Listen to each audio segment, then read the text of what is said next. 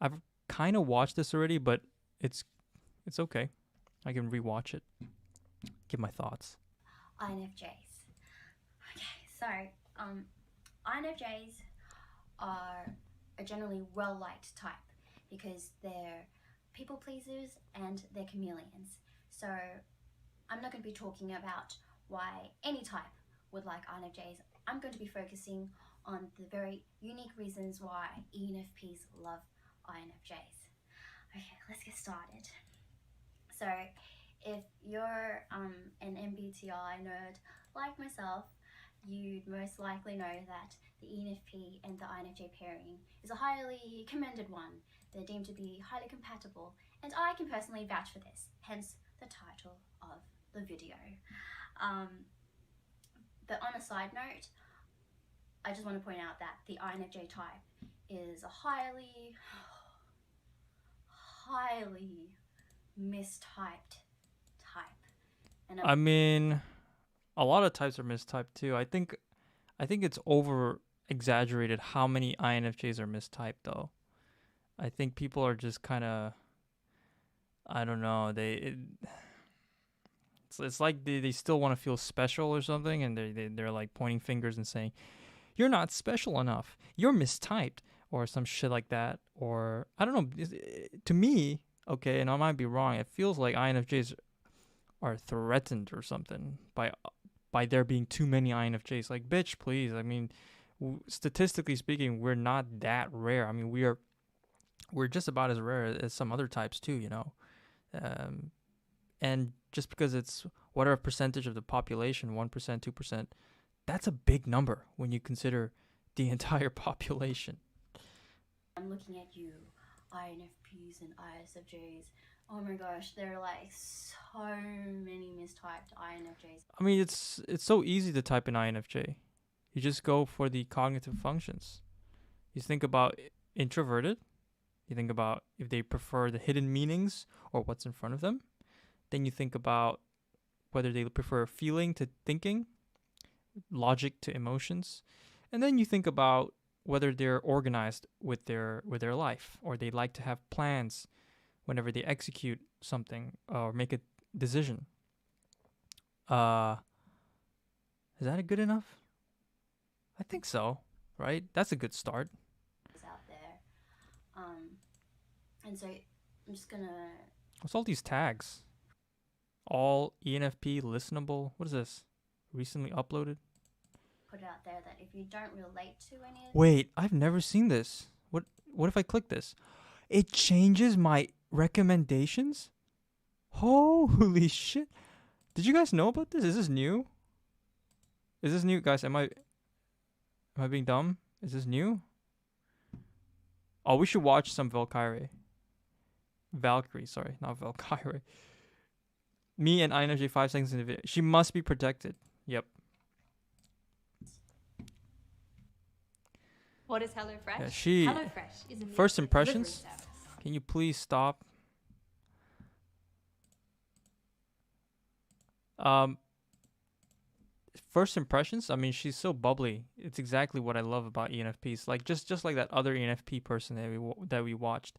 She's so bubbly, and I like her. I just like her. I just feel like I can trust her and that she's friendly and everything. I just like those kinds of people. And I know a lot of introverts don't because it's like too much for them. But for INFJs, I mean, for ENFPs are perfect for us. I don't know why. We just feel like they're true and honest, real. you might be a mistyped INFJ. And I know that's very triggering and sensitive for a lot of mistyped INFJs out there.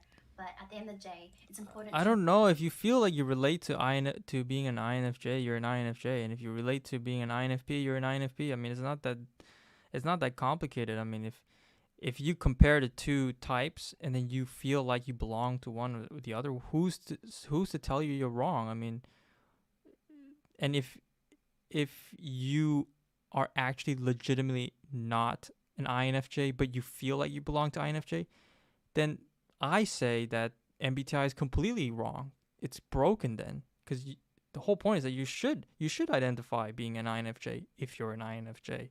It's my own. Well, it's my opinion. know who you really are so you can work on becoming a better person rather than having a deluded understanding of yourself. Okay. And also, if you think that I'm going to be an ENFP who can't stay on track, I got notes, so hopefully I can prove you wrong. Fingers crossed. um, Well, I do that okay, too. I can't stay on so track. um, You guys know what's so me. interesting about the We're ENFP very similar, and aren't the we? INFJ pairing is that we share none of the same functions. Zero. Zero shared functions. And yet the connection is unlike any other. Yeah. And I'm gonna ascribe this really deep connection to the fact that we share the same preferences. So even though we share none of the same functions, we share the same preferences. So we Right. both have Functions meaning like extroverted feeling versus introverted feeling. Preferences meaning just the fact that you prefer feelings at all. Right. Am I? Yeah. intuition as our first function, feeling second, thinking third, and sensing fourth. But they just come in opposite directions. So if one is extroverted, the other is introverted, and so forth and so forth. Yeah. Opposites, Um, but the same. so even though they share none of the same functions, they're both idealists and they're both part of the inner family, and so they share very similar values. Of course. So ENFPs and INFJs. We're Oh my god, it's loyalty. Loyalty. We value loyalty a lot. We value honesty. We value being kind to each other. So I'm sorry if I kind of like trip over my own words because when I get really excited, it just feels like all this information wants to pour out of my mouth, but my mouth can't keep up, and so then I start to like kind of like look like I'm hyperventilating. Interesting. I mean, you seem to be struggling with this, but the other ENFP that we watched, she was Mary. She was like, she was unhinged, but she was controlled, and it felt like she was used to it or something. Maybe ENFPs over time they learn how to channel their energy better. But I'm not. I'm just really excited. Okay. Okay. So what was I talking? So no. So ENFPs and INFJs, they're both idealists and they're both part of the inner family, Mm-hmm. and they both want to help the world. And Yep. Yep. This whole like feeling like you want to help everybody and you want to help the world. I've had this since I was a child. It seems to be common amongst INFJs. Um, it's not a good trait, not necessarily. Kind of, kind of fucks you over a little bit because you care more about others than yourself, and that's not always good. It can also destroy relationships. want and help people in some capacity, and that's usually underlying most of their goals in their life. Um, and if you hear an INFJ, so INFJs they care about, and if you hear an INFJ use this word, then most likely an INFJ. So INFJs they care about their legacy. Oh my god. I mean, a lot of types do care about their legacy, but you're absolutely right. It's about when we die, can we look back and be proud of the person that we are? Sounds pretty cheesy. Sounds like it comes from a movie or something. But that is really how we feel. We hold ourselves to a standard that is impossible, and yeah, we're very dramatic people, basically. Um, but if you just go along with it and you accept that epicness, I suppose, then yeah, we do hold ourselves to a high standard. Our legacy has to be good. We have to leave behind something that matters, whether through our children, whether through just through the public, through works of art, books, whatever. We want to leave behind something good. And they care about this more than other things that a lot of other types might value, such as like their status or their wealth, or like creating a stable nuclear family, etc., etc. So they're really Status, wealth, yeah, we don't give a fuck about those things unless it helps us with our overarching goal of like improving the community or helping somebody. We really value that more than anything. That's why I started this channel. Was I wanted to, because I feel like people don't have a place where they feel like they belong, and I wanted to give them a place where they can feel like they belong. Because they're all these YouTubers, all these MBTI YouTubers. Yeah, sure, watching their videos makes you feel like you relate to them, but I'm a streamer as well, so you can actually interact with me. That's what I trying to offer. That's what I'm trying to build. It's a community. That's my vision. So far, it's going really slowly, but one day it's gonna. I'm hoping that I get more and more people, and we can build a really strong, really welcoming, warm community of all the types, really. really care about like having an impact, a positive impact on the world, and same with ENFPs. So some people might look at the lack of shared functions between the ENFP and the INFJ as a sign of incompatibility, but this is, however, not the case, and this is because of the two main things that these two types value in interpersonal relationships, and one is growth, and two is understanding. So that's the two. There are the two main Absolutely, things that absolutely, correct. look for and prize in Yes, a connection with another person. yes, So I'm going to be talking about understanding first. So yes, please. ENFPs and INFJs, they share a very Jesus deep Christ. understanding and a deep connection. It's like she's reading my mind. Despite not having any of the same functions. And again, as I said before, I'm going to ascribe that to sharing the same preferences. So I feel like no one understands an ENFP the way an INFJ does, and I know that a lot of INFJ get this from all types, because they're very good at reading people, they're good listeners, and as most of you would know, they're considered the counselors of the MBTI realm. So Yeah, of course, therapists, most people counselors. feel like no one understands them the way an INFJ does. But the reason why, Yeah, that's true. I suppose that's a great stereotype. Just when you think of INFJ, how do you want to think about them? Just think about like a counselor or a therapist, but not really a therapist, more like a guide, a teacher, maybe, but not really a teacher, like a life coach or some shit. Mysterious, knowing shit that, where knowing impossible things about life, and having a lot of wisdom, etc. But hey, every personality type has their strengths. Like the INTJ is ultra smart. INFJs may not be as smart as the INTJ. I mean, so. I'm bringing this up as a point is because what makes this special is that it's neutral. Yeah. So ENFPs, we understand INFJs. So INFJs, they kind of go through life feeling like they understand everyone, but not feeling like they're truly understood themselves. Yes. Going through life, understanding everyone but not understanding yourself. That used to be a problem of mine, but I managed to understand myself too. I think it's a matter of introspection and how much introspection you give yourself.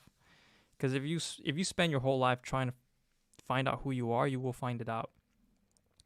So what she was saying is that we understand everybody, but no one understands us. That doesn't go away. No one fucking understands us ever, ever. And sometimes even INFJs don't understand each other. That's because each INFJ is unique. We have our own unique thoughts and feelings about the world, you know? If you guys have not heard of Grammarly, then you are truly missing out, because Grammarly my friend, I've been getting ads about Grammarly since, how many years has it been now? 7, 8, maybe less than that. But Grammarly, you've been You've been putting that shit in my throat for goddamn 3, 4, 5 years. Of course I know you are. As I said, ENFPs, we understand you guys. And my INFJ friend articulated this very beautifully. He said that consciously we don't get each other because we operate on different wavelengths, having no shared functions, but subconsciously we understand each other. And Motherfucker. again, I'm going to describe this as having the same preferences. That's beautiful. That's so perfect. When these two types meet, there's this like very easy and very immediate, like kind of like flow state, and it's very intoxicating for both types. We saw that in the other video, the INFJ and ENFP video. We just understand each other on another level, and it's just like so bizarre since we're like polar opposites, right? So ENFPs and INFJs, we both have very rich inner worlds, and when these two types meet, those two rich inner worlds combine. Yeah. And then we kind of like exist in this bubble, and we can just talk and talk and talk for hours. That sounds amazing. It's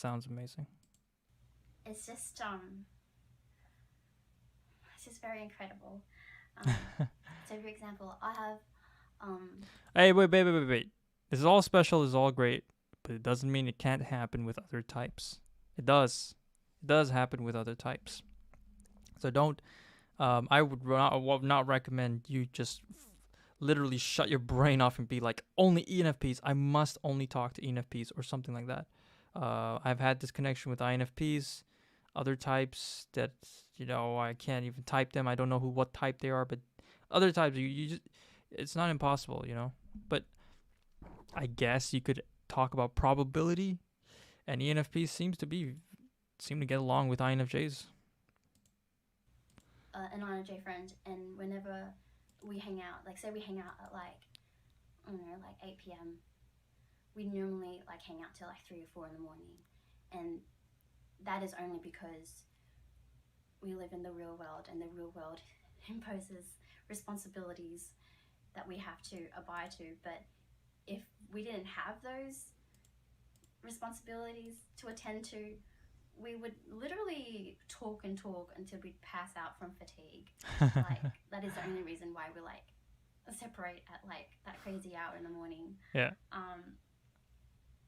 So like whenever like I hang out with my INFJ friends, like they usually always say like they just feel like they're in this flow state, and this flow state is very valued by them because they don't come across it very often. Of course. And it's kind of like a feeling of being able to just like enjoy themselves rather than have to like dig, because like I guess like they're always like the default mode is like, what does this person really want? What are they really saying? They're always like suspicious of everything and everyone. Wow. That's exactly true. Overanalyzing people. All the time. It would be very special if I could find somebody that I didn't have to do that with. But it's also a bad trait. INFJs, when they mature, when they get older, we really need to dial it back. We're not mind readers. Even though we feel like we are, we gotta fucking be humble and slap ourselves. No, don't do that. But just don't think of yourself as a superhero with superpowers, okay? Stop overanalyzing people. I've done this a lot in my younger days, and it destroyed relationships.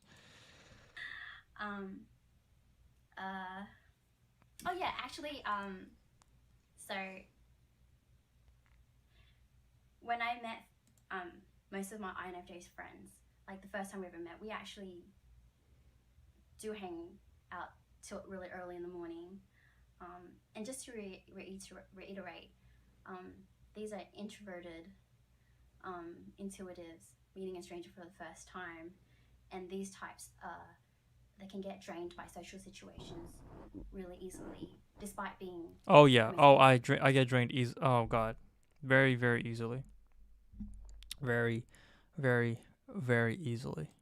Because we're very pessimistic. Even if we get along with someone, we always have this fear that we're going to fuck it up and they're going to leave us, or we're not going to be friends with them anymore.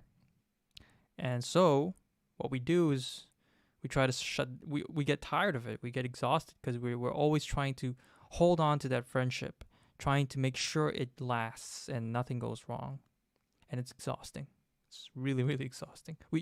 I suppose we don't have that confidence that whenever we meet or be friends with someone, it's solid and permanent. And I suppose when you find someone where you trust that they're gonna stick together, they're gonna stick around, that's when you relax. That's when you find true friendship, and you start to be yourself, and you're outgoing, you're bubbly, and you become a completely different personality. Only when you trust the other person. Extroverted adults and introverts, they can get drained by social situations really easily, and need time to recharge, which I find so interesting about them. Yeah, don't underestimate. Don't overvalue INFJ's ability to socialize. We are social people, but some of us, a lot of us, but we are introverts, and so when we're done socializing, Jesus Christ, that recharge time, we will be fucking dead for hours, just completely dead, fucking like a potato on the couch, on the bed, or whatever. Like we'll barely be able to move our fingers to scroll through, what bullshit YouTube videos, Instagram, whatever. Like we're fucking dead after a social event. So don't think we're social butterflies. We're not, even if we can appear to be. Oh, they're such chameleons. Yeah, chameleons. Yeah. So, but the fact that we're like spies, I guess. We're like like undercover operatives. We're there to seek friendship, see if things work, make people get along with each other.